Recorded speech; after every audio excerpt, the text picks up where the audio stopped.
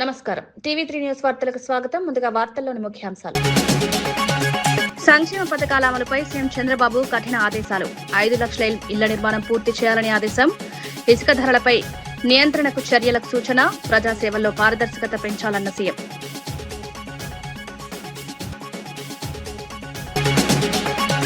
MIM భయంతో అధికారులు పనిచేయడం లేదన్న రాజాసింగ్. జీహెచ్ఎంసీ పోలీసులు ఒత్తిడికి లోనవుతున్నారని ఆరోపణ. ఫుట్పాత్ ఆక్రమణలపై చర్యలు ఎందుకు లేవని ప్రశ్న.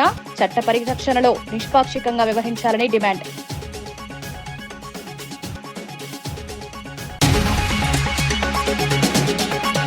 రాధాకృష్ణపై ఘాటు విమర్శలు చేసిన నాగార్జున యాదవ్. మహిళలపై వ్యాఖ్యలను ఖండించిన నేత. చంద్రబాబు మద్దతు దారుణమని ఆరోపణ. రాజకీయాల్లో బాధ్యత అవసరమని సూచన.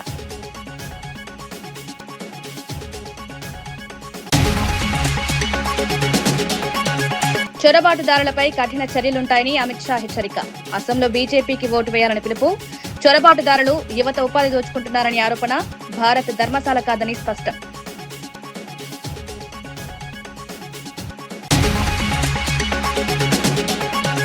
హైదరాబాద్ లో భారీ డ్రగ్స్ రాకెట్ బస్టు. 5గురు అరెస్ట్. 64 లక్షల మత్తు పదార్థాలు స్వాధీనం. పలు ప్రాంతాల్లో సంయుక్త ఆపరేషన్. డ్రగ్ మాఫియాపై కఠిన చర్యలు.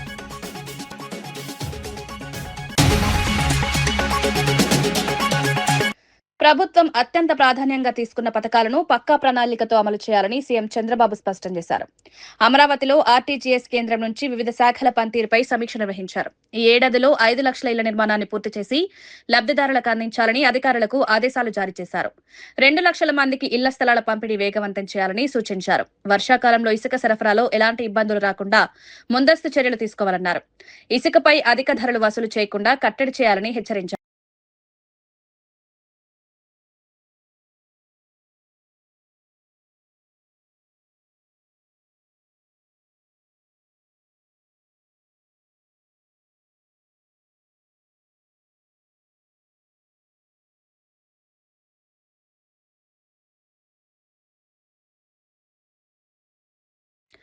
పోలీసులు, మున్సిపల్ అధికారులు ఎంఐఎం నేతలకు భయపడుతున్నారని ఎమ్మెల్యే రాజాసింగ్ ఆరోపించారు. జీహెచ్ఎంసీ, హైదరా అధికారులు, పోలీసులు ఎంఐఎం నేతల దౌర్జన్యాలకు ఎదురుదెబ్బ ఇవ్వలేకపోతున్నారన్నారు. హైదరాబాద్ సిపి ఆదేశాలను కూడా పట్టించుకోవడం లేదని విమర్శించారు.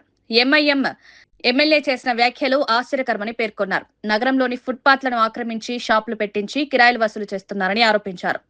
ఇదే పరిస్థితి తన నియోజకవర్గంలో కూడా ఉందన్నారు. ఇలాంటి ఆక్రమణలను ప్రోత్సహించాలా అని ప్రశ్నించారు. అదేవిధంగా ఒక ఎక్స్ కార్పొరేటర్ పైన, అదేవిధంగా ఒక ఫాల్తూ ఎమ్మెల్సీ పైన కూడా ఒక కేసు కూడా చేసినారు. ఎందుకంటే పోలీస్ పైన వాళ్ళు దాడి చేసినారు. దాని తర్వాత మన హైదరాబాద్ కమిషనర్ గారు స్టేట్మెంట్ ఇస్తున్నారు. ఎవరైనా పోలీస్ వాళ్ళతోని ఈ విధంగా బిహేవియర్ చేస్తే వాళ్ళపైన 100% యాక్షన్ ఉంటుందని కమిషనర్ గారు కూడా ఒక మంచి స్టేట్మెంట్ ఇస్తున్నారు. కానీ మన పోలీస్ కమిషనర్ గారిది ఇచ్చిన స్టేట్మెంట్ పైన ఏదైనా ప్రభావం పడిందా ఎంఐఎం పైన? ఏం పడలే. నిన్న ఎంఐఎం ఎమ్మెల్యే ముంతాజ్ ఖాన్ బాజప్తా నిలబడి అదే heritage property clock tower surrounding లో ఉన్న ఎంక్రోచ్మెంట్ ని తీసేసిన మున్సిపల్ అధికారులు, హైడ్రా అధికారులు మళ్ళీ అదే నిలబడి బాజప్తా కూర్చొని మళ్ళీ అదే ఎంక్రోచ్మెంట్ చేపించిండు. ఆయన ఏమంటుండు, నాకు చూసి 20-30 మంది పోలీసు వాళ్ళు చూసి ఉరికిపోయినారు. ఆ విధంగా ఆయన కామెంట్ కూడా చేసిండు. అదేవిధంగా చాలా వరకు ముర్గి చౌక్ చౌరస్తా కాకుండా, క్లాక్ టవర్ కాకుండా హైదరాబాద్ పార్లమెంట్లో ప్రతి ఒక్క ఫుట్పాత్ ని కబ్జా చేపించిన ఇదే ఎంఐఎంఓలు. ఫస్ట్ అయితే ఈ ఫుట్పాత్ ని వాళ్ళు కబ్జా చేపిస్తారు. దాని తర్వాత కిరాయా కూడా వీళ్ళే వసూలు చేసుకుంటారు. వీళ్ళు కార్పొరేట్ కిరాయా వసూలు చేసుకుంటారు. మహిళలపై అసభ్యంగా మాట్లాడితే ఎవరైనా ఖండిస్తారని వైఎస్ఆర్సీపీ నేత యనమల నాగార్జున యాదవ్ అన్నారు. రాధాకృష్ణ చేసిన వ్యాఖ్యలకు చంద్రబాబు, లోకేష్, పవన్ కళ్యాణ్ మద్దతు ఇవ్వడం దారుణమని విమర్శించారు. ఈ వ్యాఖ్యల వెనుక పెద్ద కుట్ర ఉందని ఆరోపించారు. రాధాకృష్ణ రాసిన మాటలైనా రాయించింది చంద్రబాబేనని అనిపిస్తోందన్నారు. నిరసనకు వెళ్లినప్పుడు ఆయన దాక్కోవడం విచిత్రమన్నారు. మహిళల గౌరవాన్ని కించపరిచే వ్యాఖ్యలను తీవ్రంగా ఖండించారు. రాజకీయాల్లో ఇలాంటి వ్యాఖ్యలు ప్రజల్లో అసహనం పెంచుతాయన్నారు.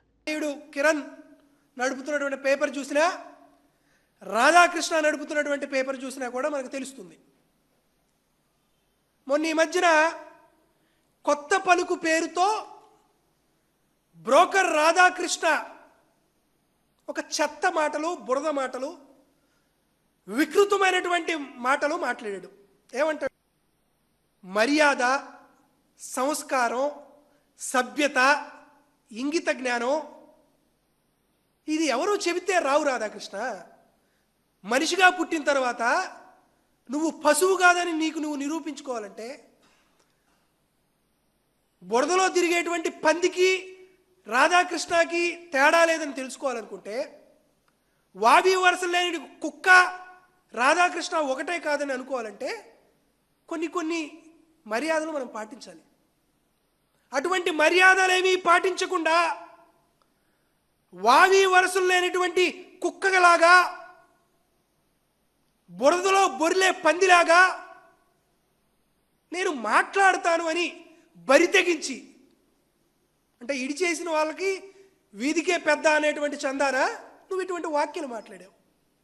అయినా రాధాకృష్ణ మిమ్మల్ని ఒకటి అడుగుతున్నా, చంద్రబాబు నాయుడు గారు చెబితే నువ్వు చేసేటువంటి ప్రతి తార్చుడు పనులకి మాకు ఆపాదిస్తే అట్లా, జనాలకు ఆపాదిస్తే అట్లా? బహుశా చంద్రబాబు నాయుడు గారు మీకు చెబుతారేమో, ఆయన చెబితే మీరు అటువంటి వికృతమైనటువంటి పనులు మీరు అమరావతి విషయంపై నిజాలు చెప్పిన వారిపై కూటమి నాయకులు ఎల్లో మీడియా దాడులు చేస్తున్నాయని వైఎస్ఆర్సీపీ నేత పుత్తా శివశంకర్ ఆరోపించారు. వైఎస్ఆర్సీపీ నాయకుల కుటుంబాలపై చేసిన వ్యాఖ్యలను తీవ్రంగా ఖండించారు. ఏబీఎన్ కార్యాలయం ఎదుట నిరసన వ్యక్తం చేశారు. ఆంధ్రజ్యోతి రాధాకృష్ణ తన తీరు మార్చుకోకపోతే మరింత గట్టిగా స్పందిస్తామని హెచ్చరించారు. మీడియా బాధ్యతాయుతంగా వ్యవహరించాలని సూచించారు. రాజకీయ విమర్శలు వ్యక్తిగత స్థాయికి దిగజారకూడదన్నారు. ప్రజాస్వామ్యంలో మీడియా పాత్ర కీలకమని గుర్తు చేశారు. శ్రీధర్ గారు అనుకుంటా, మాడబూసి శ్రీధర్ గారు, ఆయన ఒక చక్కని విశ్లేషణ చేస్తే, ఒక విశ్లేషకుడిగా దానికి ఎల్లో మీడియా అదేవిధంగా తెలుగుదేశం పార్టీ వాళ్ళ మీద ఏ విధంగా దాడి చేస్తున్నాయి, ఎందుకింత దాడి, ఎందుకింత భయము? రాష్ట్ర ప్రజలకు మేలు చేయడానికే కదా ప్రభుత్వంలోకి మీకు ఓటేసింది. జగన్ గారు చెప్పినటువంటి ప్రపోజల్ మీకు నచ్చకపోతే నచ్చలేదని చెప్పండి, ప్రజల్ని కన్విన్స్ చేసుకోండి. అంతేకాని వైఎస్ఆర్ కాంగ్రెస్ పార్టీ ఇంట్లో ఉన్నటువంటి మహిళలని, నాయకులని నీచమైనటువంటి కామెంట్ చేసే అధికారం నీకెవరిచ్చారయ్యా? ఇది చంద్రబాబు చేసేటువంటి కుట్రలు కానీ, తెలుగుదేశం పార్టీ ఎల్లో మీడియా ఈ కుట్రలను, పన్నాగాలను భరిస్తూ ఉండడానికి వైఎస్ఆర్ కాంగ్రెస్ పార్టీ ఆత్మాభిమానం లేని పార్టీ కాదు. పద్ధతుల్లోనే గట్టిగా రెస్పాండ్ అవుతాం, వదిలిపెట్టాం. మీ బుద్ధి మార్చుకోకపోతే మరింతగా కూడా గట్టిగా స్పందించాల్సింది వస్తుంది. ఇవాళ కూడా అందులో భాగంగానే హైదరాబాద్లో ఆ యొక్క నీచమైనటువంటి కార్యాలయం ముందు, ఏబిఎన్ ఆంధ్రజ్యోతి కార్యాలయం ముందు మా వాళ్ళు శాంతియుతంగా ధర్మాగ్రహం వ్యక్తం చేస్తూ అక్కడ శాంతియుతంగా ప్రొటెస్ట్ చేస్తే దాన్ని తండ్రి కొడుకులు ఉప ముఖ్యమంత్రి కీ కట్టుకొని వచ్చి గిలగిలగిలగిలగిలా కొట్టుకుంటూ ట్వీట్ల మీద ట్వీట్లు వేస్తూ ప్రెస్ నోట్లు రిలీజ్ చేసుకుంటూ అయ్యో ఏదో జరిగిపోతుంది, ఇది వ్యాఖ్యానమే కదా అని ఒకరు, ఇది సందేశమే కదా అని ఒకరు, ఇది జర్నలిజం కదా అని ఒకరు. ఏమయ్యా చంద్రబాబు నాయుడు గారు, లోకేష్ గారు, ఒక్కసారి గుర్తు తెచ్చుకోండి. మీరు దుర్మార్గమైనటువంటి వ్యాఖ్యల గురించి ప్రయత్నం చేసి మాట్లాడుతున్నారు కదా, ఇదే సాక్షి ఛానల్కి సంబంధం లేకపోయినా ఒక వ్యక్తి చర్చలో కూర్చొని ఏదో మాటలు మాట్లాడితే మహిళల ఆత్మాభిమానమని ఆంధ్రప్రదేశ్లోని సాక్షి కార్యాలయాలను ముట్టడించి దాడులు చేసి తగలబెట్టి తెలుగుదేశం పార్టీ నాయకులు, మహిళలు అందరూ కూడాను ఓని పోలీసులు దగ్గరని పంపించారే. ఏంటంటే మహిళల ఆత్మాభిమానం అంట. ఈ రోజు మహిళలను భార్యలు కాదు. అమరావతి రాజధానికి చట్టబద్ధత రావడంపై ఎంపీ కలిశెట్టి అప్పలనాయుడు హర్షం వ్యక్తం చేశారు. గత 5 ఏళ్లలో రైతులు, మహిళలు ఎదుర్కొన్న ఇబ్బందులను గుర్తు చేశారు. జగన్ వెంటనే క్షమాపణ చెప్పాలని డిమాండ్ చేశారు. 33,000 ఎకరాల భూమిని త్యాగం చేసిన రైతుల పోరాటం చారిత్రాత్మకమన్నారు. పార్లమెంట్లో అమరావతి బిల్లుకు మద్దతు తెలపడం గర్వకారణమని పేర్కొన్నారు. రైతుల త్యాగం వృధా కాలేదన్నారు. అమరావతి అభివృద్ధి కోసం ప్రభుత్వం కట్టుబడి ఉందన్నారు. అరసవిల్లిలో సోమవారం ఆశీర్వాదం కోసం అరసవిల్లి ప్రత్యేక పూజలు చేయించాం రైతులతో. వారు వచ్చినప్పుడు మేము చేసిన తర్వాత చట్టబద్ధమైన తర్వాత మళ్ళీ నేను అరసవిల్లి వెళ్ళి మా దంపతులు ఇద్దరం కూడా వెళ్ళి పూజలు చేసి ఆ తీర్థ ప్రసాదాలు తీసుకొచ్చి ఈరోజు ఇవ్వడం జరిగింది. ఎందుకంటే చివరికి అక్కడే వారు దర్శనాలు చేసుకొని అన్ని గుళ్ళు దర్శనాలు అయిన తర్వాత చివరికి అరసవిల్లిలో దర్శనం చేసుకొని వారు తిరిగి రావడం జరిగింది. ఆ సందర్భంగా ఈ విజయం అమరావతి రైతులకి అంకితం అవుతుంది. మా గౌరవ ముఖ్యమంత్రి చంద్రబాబు నాయుడు గారి సంకల్పం, వారి విజనరీ, వారి ఆలోచనలు ఈ దేశ సంపద భవిష్యత్తులో అమరావతి సాధ్యం అవుద్ది. ఈ రాష్ట్రానికే కాదు దేశానికి కూడా ఒక మంచి పేరు ప్రతిష్టలు వస్తాయని ఒక సంకల్పంతో చేసిన ప్రయత్నానికి ఇది ఒక శుభపరిణామం. జగన్మోహన్ రెడ్డి వాళ్ళ టీము ఎంత కుట్రలబడినా 5 సంవత్సరాల అధికారంలో ఉండి వాళ్ళు ఎన్ని చేసిన తర్వాత వచ్చినప్పుడు కూడా మళ్ళీ ఇప్పుడు వాళ్ళు డైవర్షన్ పాలిటిక్స్ చేస్తూ రకరకాలు మాట్లాడుతున్నారు. ఈరోజు అలాంటి సందర్భంలో చట్టబద్ధమైంది. ఏ మహిళలైతే ఇక్కడ స్ఫూర్తితో వారు ఉద్యమం చేసి నడిపించారో అదే మహిళ ఈరోజు రాష్ట్రపతి గారు కూడా వారు ఆ స్థానంలో కూర్చొని దీనికి ఆమోద ముద్ర వేయడం అనేది కూడా ఇది దేవుడిచ్చిన వరం. ఇది ఒక మంచి శుభపరిణామం. ఇది దేవుడి స్క్రిప్ట్ అనుకోవాలి. ఏ రైతులైతే అవమానం చేశావో, ఏ రైతులైతే అవమానంగా మాట్లాడించారో ఆ రోజు మహిళల కోసం తప్పుగా మాట్లాడిన వ్యక్తులకి మీరు మంత్రులు ఇచ్చారు, సలహాదారులు ఇచ్చారు, ప్రభుత్వ సలహాదారులుగా నియమించారు జగన్మోహన్ రెడ్డి. అదే మహిళల స్ఫూర్తితో ఈరోజు ఒక మన రాష్ట్రపతి గారు అదే మహిళ ఈరోజు తుది సంతకం కూడా పెట్టడం అనేది ఇది దేవుడి స్క్రిప్ట్. మీరే చెప్తారు కదా దేవుడి స్క్రిప్ట్ అని, కరెక్ట్గా జరిగింది. అందుకు ఈరోజు స్వయంగా మహిళా సోదరీమణుల్ని గౌరవించాలని ఇక్కడ రావడం జరిగింది. వాళ్ళు కూడా మాకు స్వాగతం పలికి మమ్మల్ని కూడా గౌరవించినందుకు మా ఉత్తరాంధ్ర ప్రజానీకం తరపున వారికి కూడా ప్రత్యేకమైన ధన్యవాదాలు తెలియజేసుకుంటున్నాం. ఇదే స్ఫూర్తితో ఇదే ఉద్యమాన్ని, ఎందుకంటే ఇది ఒకరోజుతో అయిపోయింది కాదు, ఇది తెలుగువాడు గర్వపడే విధంగా. ఎందుకంటే మాకు విదేశాల నుంచి దేశాల్లో ఉన్న ప్రతి ఒక్కరు కూడా మాకు మెసేజ్లు వాట్సాప్లు పెడుతున్నారు. అది ముఖ్యంగా ఒక రైతు బిడ్డగా నేను పార్లమెంట్లో ఇద్దరికి అవకాశం తెలుగుదేశం సభ్యులకు వస్తే మా పెంపసాని గారికి ఇక్కడ లోకల్ పార్లమెంట్ సభ్యుడు వారికి అవకాశం వస్తే తర్వాత నాకు రావడం ఉత్తరాంధ్ర సభ్యుడిగా ఓ రైతు బిడ్డగా ఈరోజు నాగల పెట్టి దున్నిన రైతుగా, ఈరోజు వ్యవసాయం చేసిన రైతుగా నేను పార్లమెంట్లో అమరావతి బిల్లుని సపోర్ట్ చేసే విధంగా నాకు గౌరవ ముఖ్యమంత్రి గారు నారా లోకేష్ గారు అవకాశం ఇవ్వడం చాలా ఆనందం కలుగుతుంది. సగర్వంగా ఫీల్ అవుతున్నాం. ఆ రోజు అమరావతి రైతులకి వారు ఉత్తరాంధ్ర వచ్చినప్పుడు మేము ఆదరించాం. ఆ రోజు అనుకోలేదు నేను యాక్చువల్గా పార్లమెంట్ సభ్యుడు అవుతానని, పార్లమెంట్లో అదే బిల్లుని అమరావతి బిల్లుని నేను మద్దతు తెలిపే తీర్మానంలో నేను పాల్గొంటానని. ఇది కూడా దేవుడి స్క్రిప్టే. అందుకు ఈరోజు దేవుడు అద్భుతమైన అవకాశం మాకు ఇచ్చారు.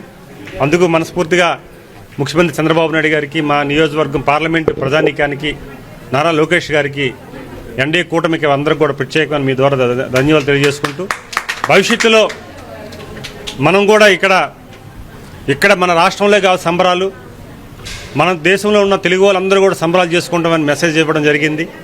రేపు 10వ తారీఖుని మహారాష్ట్రలో బాంబేలో మన తెలుగువారు అసోసియేషన్ ఆధ్వర్యంలో ఇన్విటేషన్ వచ్చింది.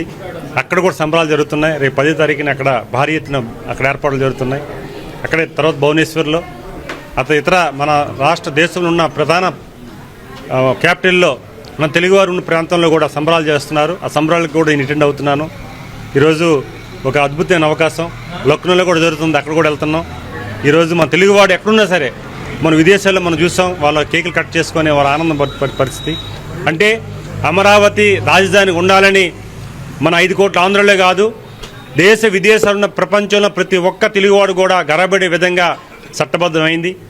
దీనికోసం పోరాటం చేసిన అమరావతి రైతులకి వారికి పాదాబంధనం చేసుకుంటూ ప్రతి రైతుకు కూడా, ఎందుకంటే ఈరోజు వాళ్ళ ప్రాణాలు పోయాయి, ఆస్తులు పోయాయి, అన్ని రకమైన ఇబ్బంది గురి చేశారు. ఎక్కడ కూడా తగ్గకుండా వారు చేశారు. నేను మొన్న పార్లమెంట్లో మాట్లాడినట్లుగా భూమికి రైతుకు ఉన్న బంధాన్ని కూడా నేను చెప్పాను. ఒక తల్లికి బిడ్డకి ఉన్న పేగు బంధం ఎలాంటిదో అమరావతి రైతులే కాదు, భూమికి రైతుకు ఉన్న అనుబంధం కూడా నేను చెప్పగలిగాను. అలాంటి ఒక సెంటు భూమి అంటే కొన్ని సందర్భాల్లో గొడవలు వచ్చే సందర్భాలు మనం చూసాం. కానీ 33,000 ఎకరాలు 29,000 మంది రైతులు స్వచ్ఛందంగా వచ్చి చంద్రబాబు నాయుడు గారిపై నమ్మకంతో వారికున్న అనుభవంతో ఈ రాజధాని తెలంగాణ డీజీపీ జితేందర్ ములుగు జిల్లాలో పర్యటిస్తూ భద్రతా ఏర్పాట్లపై సమీక్ష నిర్వహించారు. కర్రెగుట్ట ప్రాంతంలో పరిస్థితులను పరిశీలించి పోలీసు అధికారులతో సమావేశమయ్యారు. పామునూరులో కొత్తగా నిర్మించనున్న పోలీస్ అవుట్ పోస్టుకు శంకుస్థాపన చేశారు. గిరిజన ప్రాంతాల్లో శాంతి భద్రతలు కట్టుదిట్టంగా ఉండేలా చర్యలు తీసుకోవాలని ఆదేశించారు. స్థానిక గిరిజనులతో మాట్లాడి వారి సమస్యలను తెలుసుకున్నారు. పోలీస్ శాఖ ఎల్లప్పుడూ ప్రజలకు అండగా ఉంటుందని భరోసానిచ్చారు. మావోయిస్టు ప్రభావం ఉన్న ప్రాంతాల్లో అప్రమత్తంగా ఉండాలని సూచించారు.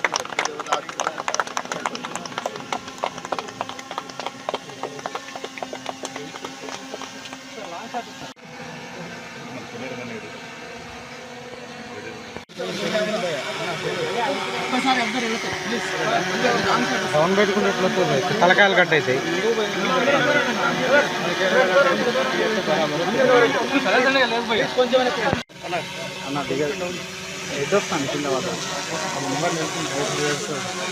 ఎవరా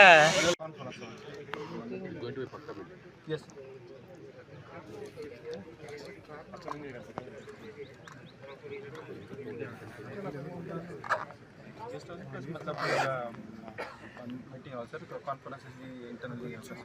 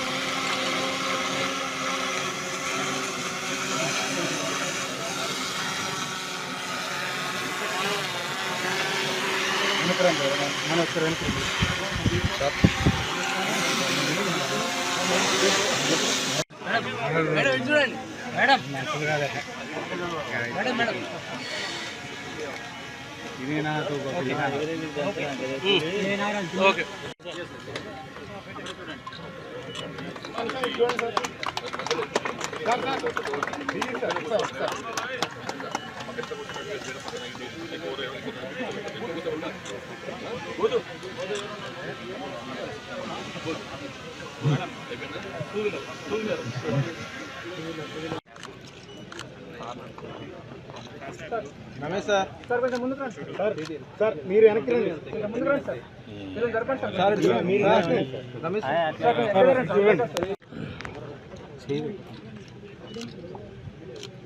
ఓకే, థ్యాంక్ యూ.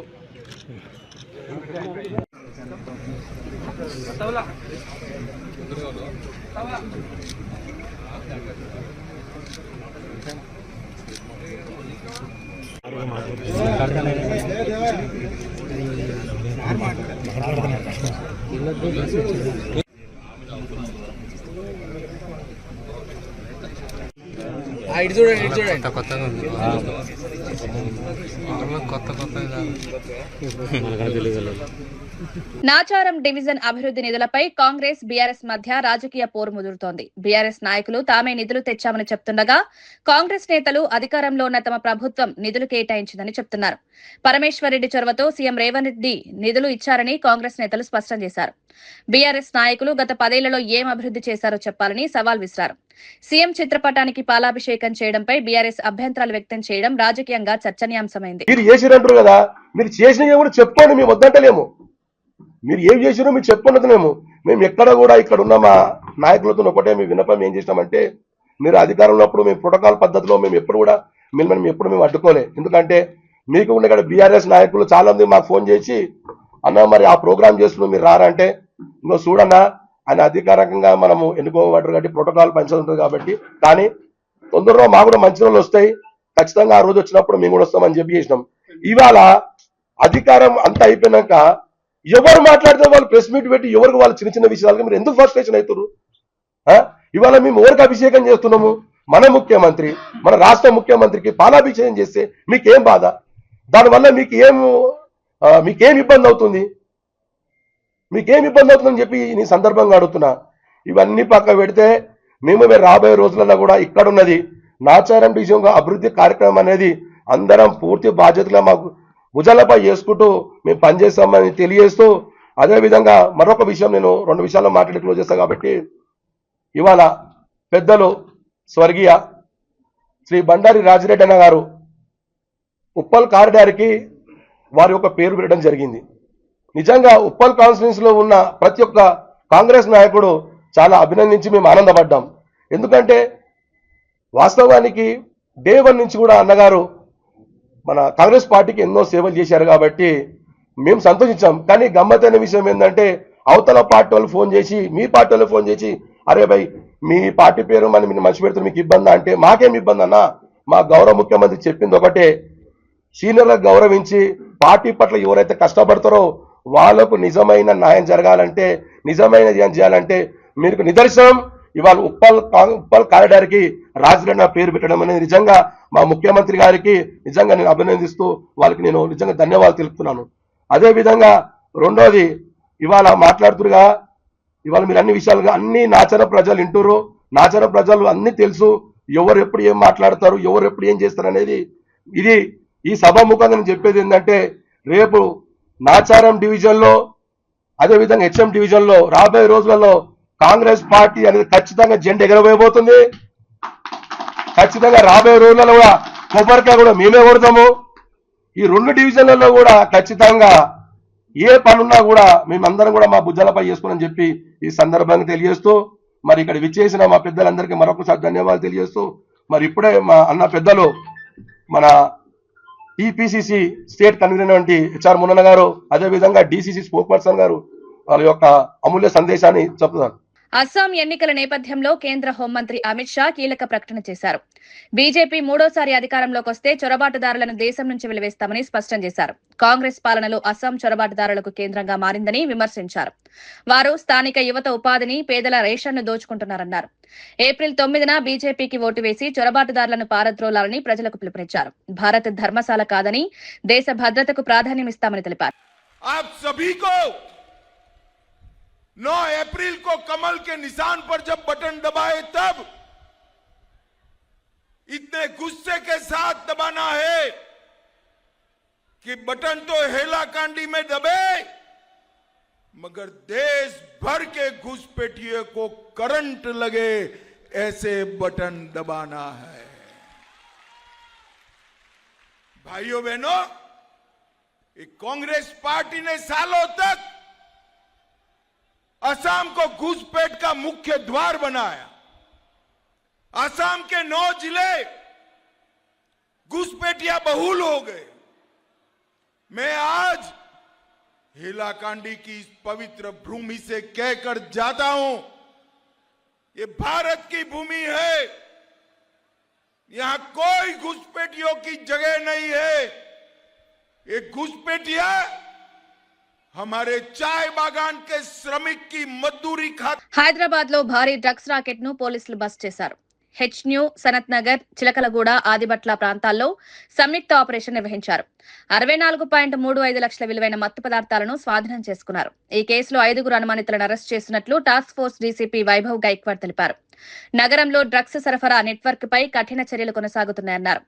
యువతను లక్ష్యంగా చేసుకుని జరుగుతున్న అక్రమ కార్యకలాపాలను అరికట్టేందుకు పోలీసులు కట్టుదిట్టమైన చర్యలు తీసుకుంటున్నారు. ఈ ఆపరేషన్ తో డ్రగ్ మాఫియాపై మరో పెద్ద దెబ్బ పడింది. సబ్జెక్ట్ మేము ఈ రోజు సీజ్ చేశాము. ఈ అక్షయ్ పటేల్ అది గ్రాడ్యుయేషన్ కంప్లీట్ అయిన తర్వాత అది బోర్న్ అండ్ బాటప్ హైదరాబాద్ నుంచి ఉన్నారు. ఇది గ్రాడ్యుయేషన్ కంప్లీట్ అయిన తర్వాత ఇనీషియల్ గా ప్రైవేట్ కంపెనీలో జాబ్ చేశారు. సబ్సిక్వెంట్ గా వాళ్ళు ఒక టైల్స్ బిజినెస్ కూడా స్టార్ట్ చేశారు. బట్ ఈ బిజినెస్ లో లాస్ అయ్యి ఫైనాన్షియల్ కన్స్ట్రెంట్ తో తర్వాత పర్సనల్ మ్యాటర్ తో వాళ్ళు స్లోలీ ఈ డ్రగ్ హ్యాబిట్స్ లో అలవాటు అయ్యారు. ఈ అలవాటు అయిన తర్వాత వాళ్ళు ఈ డ్రగ్ కన్జంప్షన్ చేసి తర్వాత సబ్సిక్వెంట్ గా వాళ్ళు లోకల్ సబ్ పెడ్లర్ అండ్ తర్వాత పెడ్లర్ గా ఇక్కడ పని స్టార్ట్ చేశారు. వాళ్ళ రెగ్యులర్ గా ఈ డిటిడిసి కురియర్, మిగతా కురియర్ నుంచి గోవా నుంచి ఇది మటీరియల్ పిలవడం అండ్ ఇక్కడ సబ్ పెడ్లర్ కి అమ్మడం అది రెగ్యులర్ గా స్టార్ట్ చేశారు. సో ఇది ఒకటి అక్యూజ్ అక్షయ్ పటేల్ అండ్ తర్వాత ఇక్కడ అక్షయ్ పటేల్ తో ఒక సబ్ పెడ్లర్ బాబురి ఆదిత్య వర్ధన్ ఇద్దరికి కూడా మేము ఈ రోజు అరెస్ట్ చేశాము. ఈ 3 కేసులో చూస్తే ఈ మోడస్ ఆపరెండి సేమ్, అంటే ఇనిషియల్ గా ఈ అందరు పెడ్లర్స్ సబ్ పెడ్లర్స్ ఇనిషియల్ గా ఈ ఫైనాన్షియల్ కన్స్ట్రెంట్తో పర్సనల్ ప్రాబ్లంతో ఈ ఎడ్యుకేషన్ ఆపేసి ఇది డ్రగ్ కన్జ్యూమ్కి అలవాటయి తర్వాత వేములవాడ రాజరాజేశ్వర స్వామి దేవాలయంలో ఆవుల సంరక్షణపై అధికారులు కఠిన హెచ్చరికలు జారీ చేశారు. దేవాలయానికి చెందిన ఆవులను సరైన విధంగా సంరక్షించాలని రైతులు భక్తులకు సూచించారు.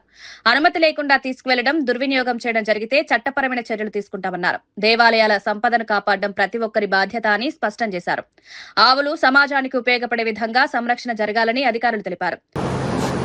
కోడెలను నిజ కోడెలను స్వామివారికి సమర్పించిపోవడం, వాటిని పెంచి పెద్ద చేసిన తదుపరి ఈ ప్రాంతంలో ఉన్నటువంటి పేద రైతులకు ఉచితంగా అందజేసి వారి వ్యవసాయంలో చేదోడు వాదోడుగా ఉండే విధంగా రాజన్న ప్రసాదంగా ఈ ప్రభుత్వం వచ్చిన తర్వాత అందివ్వడం జరుగుతూ ఉంది. అర్హులైనటువంటి వారిని ఆన్లైన్ ద్వారా దరఖాస్తులు తీసుకొని వారికి ఇచ్చేటువంటి కార్యక్రమం ప్రతి సందర్భంలో జరుగుతున్నటువంటి పారదర్శకంగా జరుగుతున్న సందర్భం. ఆరోగ్యంగా ఉండే విధంగా వాటికి సకాలంలో సమయానికి మేత వేసేటువంటి విధానం, కొంతమంది ఒకరిద్దరు అక్కడక్కడ తప్పుదారిలో పోతున్నటువంటి పరిస్థితిని కూడా గమనించి అలాంటి వారిపైన ఫిర్యాదులు వస్తే చట్టపరంగా కఠిన చర్యలు తీసుకునే విధంగా కూడా ఒక నియమాలను రూపొందించడం జరిగింది. వార్తలు ముగించే ముందు ముఖ్యాంశాలు మరోసారి. సంక్షేమ పథకాల అమలుపై సీఎం చంద్రబాబు కఠిన ఆదేశాలు.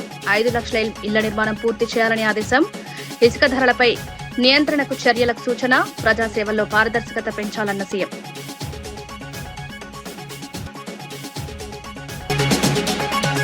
ఎంఐఎం భయంతో అధికారులు పనిచేయడం లేదన్న రాజాసింగ్. జీహెచ్ఎంసీ పోలీసులు ఒత్తిడికి లోనవుతున్నారని ఆరోపణ.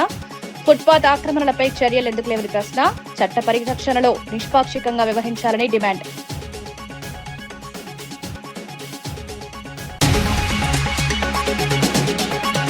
రాధాకృష్ణపై ఘాటు విమర్శలు చేసిన నాగార్జున యాదవ్. మహిళలపై వ్యాఖ్యలను ఖండించిన నేత.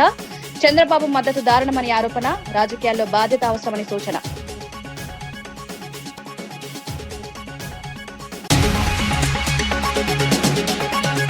చొరబాటుదారులపై కఠిన చర్యలుంటాయని అమిత్ షా హెచ్చరిక.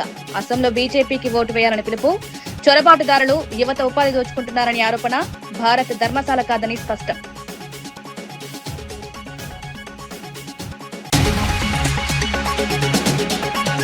హైదరాబాద్ లో భారీ డ్రగ్స్ రాకెట్ బస్టు. 5గురు అరెస్ట్. 64 లక్షల మత్తు పదార్థాలు స్వాధీనం. పలు ప్రాంతాల్లో సంయుక్త ఆపరేషన్. డ్రగ్ మాఫియాపై కఠిన చర్యలు.